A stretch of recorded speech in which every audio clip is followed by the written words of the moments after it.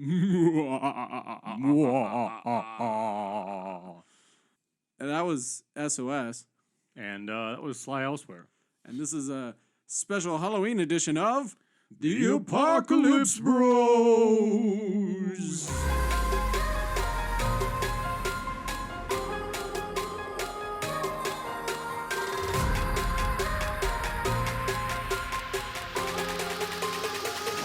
And we're back with, as we previously mentioned, a Halloween special. Ooh. Shaking in your booties. Ooh, all right. This is an interesting Halloween special. Booties. Booties. Now, of course, it's technically not a singular Halloween special. It's possible you've already listened to one and you're on to another. But we will be doing a series of Halloween specials that are all based on things sent in by you. Yep. So essentially, we had reached out on Facebook. We reached out on a couple other places on social media, and we said, Please give us your ideas. we needs them. We needs them, please. Begs. So we set up a form for people to submit prompts. We had a number of prompts, including, prompts for spooky stories. I'm Yep. just going to set that up first of all. Some of these prompts included location, quotes, characters, monsters, killers, ghosts. even beginning sentences and concluding sentences. That's right. That's right. Which the concluding ones were some of the tougher ones to try to write. True, because you got to lead up to an Yeah. ending that results in whatever that is, which is definitely tricky. So, but we took all those stories and all those prompts that you guys gave us, and we turned them into full-on spoopy stories. Very spoopy. Very spoopy, the spoopiest of all, in fact. Some of them may be extra creepy. Some of them might come with a side of humor and hilarity. And some might just be action-packed thrillers. That's right. And some might just be a little weird. We have one particular person to thank for that, so at least. I will say I appreciate all those that did write in. We may not have gotten all your ideas in here, so if they are not, we will try to use them for future episodes. So That's right. Don't be disheartened. That's right. It's mostly a lack of preparation on our producer Anthony's part. Yeah, he just it's a language barrier thing, I think. But whatever the case, we have one that we're presenting right now. So sit back, listen, and enjoy. And here's a spooky tale to hopefully help emphasize your Halloween feelings. Feelings. Spoopy feelings. This next one is a story sent in by our longtime listener, Ron Don. And it is titled, The Creature Known as Rebelliousness. There was once a man who didn't want to do what the sanitation union asked politely for him to do. When they said, wear a mask, he didn't, or at least not above his nose. When they asked him to stop running an illegal pirate radio station, he said no, and then disappeared into the wilderness to hide inside a barnyard silo for the next year. That man's name was Rusty Buckets. Things were nice at the farm estate where Rusty now called home. He would get up every morning and check for mail, where he received reports from his secret informants, scattered all across the post-apocalyptic wasteland. He would go back to his studio and set up the station, making sure to hit the special encryption device that would ensure the sanitation union wouldn't be able to discover his location. He would read off the news he received this way, and gave his rundown on his thoughts on each given topic.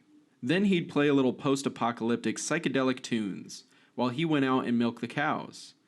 Every day he'd be reminded that he had no idea how to milk cows, and would shortly give up on trying, and move on to a simpler task, collecting eggs from the chickens. Given the simplicity of such a task, his diet tended to consist almost entirely of chicken eggs. He wasn't much of a hunter, so catching and killing wild game was pretty much out of the question, and foraging for plants only got him as far as berries, and occasionally some nuts or acorns. A little corn from the field that had become fairly overgrown from the lack of upkeep every now and then. He always told himself he would get around to clearing it out, but the call to conspiracies and informing people always called louder. As he approached the coop where the chickens cooed and pecked at the ground, he noticed something was off today. It was quiet. No coos rang out from the little wooden hut, and no chickens greeted him as he approached the structure. Instead, a trail of blood ran from the small square doorway and into the nearby bushes. Buckets rushed to the door and flung it open. No. A sense of dread rushed over him as he found a scene of carnage, covered in scattered tufts of feathers and violently splattered bloodstains soaking into the wood interior of the once chicken home, now turned chicken crime scene. What could have done such a thing? A fox, maybe? Rusty's emotions were convoluted with senses of dread, anger, and curiosity. Dread at the question of what would fill his diet without the eggs he had been relying on all this time. Anger at whatever did this, and curiosity at the thought of what could have ravaged his pets in such a way. In the end, his sense of dread was overtaken by the anger, which mixed with the curiosity and pushed him to step into the bushes in search of the creature that could have done such an atrocious deed. He would get his revenge. He followed the trail of blood deeper and deeper into the woods. The trail would thin the farther he went, eventually turning into a series of drips as the blood source must have tapered off. Rusty feared that he would soon lose the trail until his ears caught a strange sound coming from a source nearby. He froze for a moment as he focused his hearing on the sound emanating above the soft breeze and tender rustles of leaves and grass, until he could pick up a direction, and he followed that direction carefully and quietly until he came upon a small clearing with a wide oak tree in the center. What he saw next nearly made him lurch with a sick feeling that instantly washed over him. The first thing that caught his eyes was the bright red fleshy chickens that were practically turned inside out at this point, their organs in tubes strewn across the ground in small heaps. Feathers lay about like leaves in autumn, covering the ground with their blood-soaked, matted mess.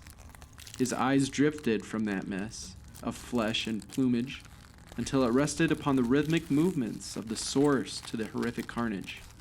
Amongst a small pile of flesh, sending bits of meat and bursts of feathers into the air, was a strange creature that Rusty had never laid eyes on before. The creature resembled Gollum from the Lord of the Rings series, but had a gremlin-like face and eyes that depicted the small monster as feral. It was probably just under 3 feet tall, but it was hard to tell as it was hunched over his once living source of food. The way the creature used his hands to tear into the flesh of the chicken, breaking apart the rib cage and removing bones before going in face first to tear out the meat with its small but razor-sharp teeth, was both animalistic and calculated. This creature obviously had a sense of intelligence, but when it came to gorging itself, it would ignore that sense and delve into its meat with no sense of the mess it was creating in the process. Rusty's heart began to race as he looked down to find an old rotting stick broken and jetting upwards from under his feet, having been broken by his weight as he was leaning forward.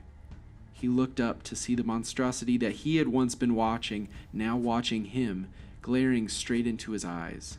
Its hungry eyes curiously analyzing him as if asking itself if he too would make a suitable meal for the day.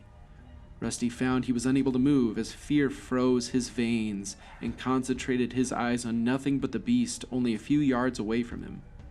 The monster must have known it had the upper hand because it was not constrained by the same force that held Buckets from sprinting away. It began to take a step or two towards him. Rusty noted how, in its curious state, it walked on all fours like an animal. He saw its terrifying claw-like nails that populated the ends of each of its fingers and toes, overgrown and featuring a disturbing black and red coating to them that suggested the blood from the chickens had soaked into it and coated over blood stains from the past. The monster, the only word Rusty knew that could describe such a thing, came closer. It began to cock its head from side to side, similar to that of a curious dog trying to understand what its owner wanted. That, or it was simply trying to seem shy and innocent as it began to approach the man who could do nothing but watch it as it came closer. Unfortunately for the creature, its blood-covered lips hurt its chance of ever being considered innocent or even approachable. As the thing came within roughly 6 feet of Rusty's position, it happened. That fight-or-flight instinct that we've all experienced at least once in our lives kicked in and jolted him back to his senses. He needed to go, now. A burst of energy exploded in his chest as he pivoted his foot and began sprinting back to the farm as fast as he could. As he ran, his heavy footsteps weren't enough to drown out the sounds of leaves rustling and twigs bending and snapping as he raced away. He didn't want to look around and worried that doing so might slow him down or worse, cause him to stumble. But that damnable curiosity that nibbles at your brain and coaxes you to bed with it was relentless. He took a quick glance behind his shoulder, planning to see what there was to see within half a second and returning his gaze forward, giving his brain time to process what he viewed. Sure enough, the creature was hot on his tails, but its method was what caused another burst of adrenaline to spike through his body. The creature was not running on the ground, but rather leaping through the branches, swinging and vaulting like an Olympic gymnast or one of those free runners, leaping through the treetops and then back to the ground. When it landed, it was obvious that the monster wasn't a capable runner on foot, but what it was able to do with its upper body as it swung from branch to branch was both astounding and terrifying. A tear welled up in Rusty's eyes as he saw, in the distance, his home. He was almost there. He broke through the tree line and stumbled, with heavy breath, into the clearing next to the empty chicken coop. He spun around and glanced behind him with fear that the creature would leap from the foliage, but was greeted with nothing but silence. There was no rustling of leaves or snapping of twigs, as he had heard just moments before. It was silent. Only the gentle caress of the breeze as it kissed his cheek reminded him that he was still outside and therefore in the open. He walked backwards, eyes darting back and forth as he stepped towards the metal silo where his studio hid away. He never took his eyes off the clearing he had burst from, for fear that the creature might try to surprise him from behind if he turned his back towards it, until he had made his way through the silo door and inside the safety of the armored enclosure.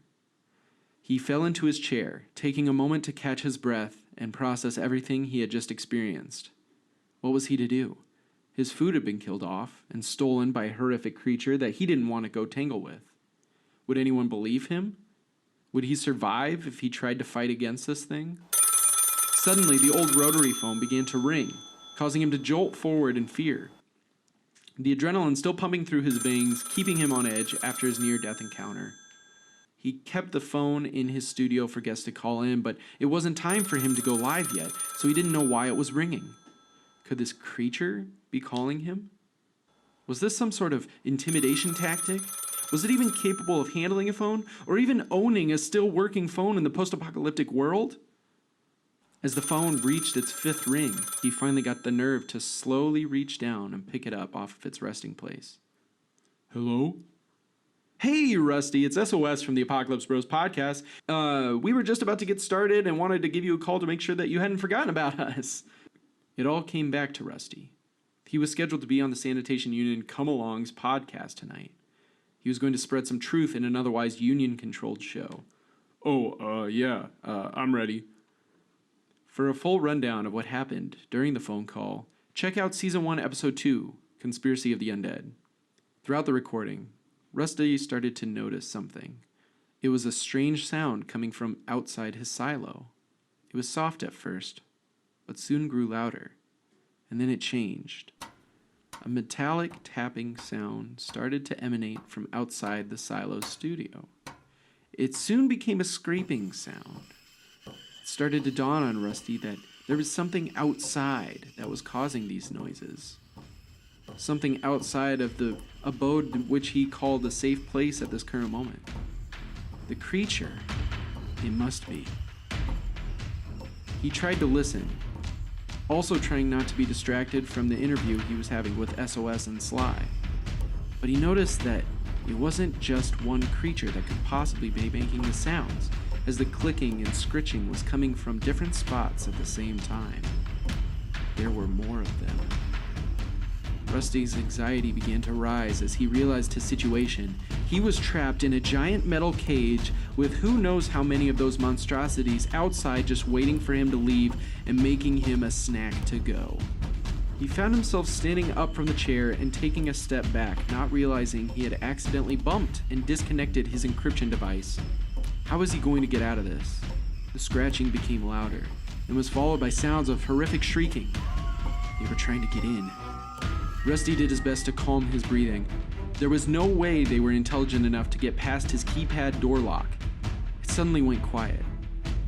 He found that, without even realizing it, He was giving a play-by-play to the podcasters he was on the phone with, as it was happening. He wasn't sure why, but it was calming his nerves a little bit. Had the creatures left? Was it safe to leave now? He hadn't even had breakfast yet. As if straight from a nightmare, Buckets heard the sound of something pressing the buttons on his keypad outside. How could they know? They were monsters, animals, with base intelligence that simply reminds them to eat and reproduce, right? There was a sound even worse than the monstrous screams that were sounding outside. The hiss of the door being opened. They had cracked his combination, and now they were in. He panicked, screamed into the phone, and hung up. As the intruder approached, he reached for anything he could use as a weapon. His hand rested on a wrench he used often to make simple repairs to the radio's equipment. That would do. He held it tight, his hands screaming with pain at the intensity of his grip, as he prepared to scream and charge. Suddenly, a number of figures burst through the studio. Rusty Buckets, you're under arrest for spreading false information and actively stirring up anti-sanitation union conspiracies. Rusty dropped the wrench, seeing the superior weaponry aimed directly at his head and chest. He looked behind him, seeing the fatal mistake he had made as the encryption device lay inactive next to the counter it normally sat on. As his heart rate began to slow, he almost felt lucky. Being arrested was far better than being killed and eaten by a monster, right? He was quickly hustled out of the silo and placed in handcuffs before being rushed to the nearest sanitation union detainment facility. As he lay his head down on the harsh, cold ground, Rusty Buckets realized how much of a fool he was for ever going against the sanitation union. The end.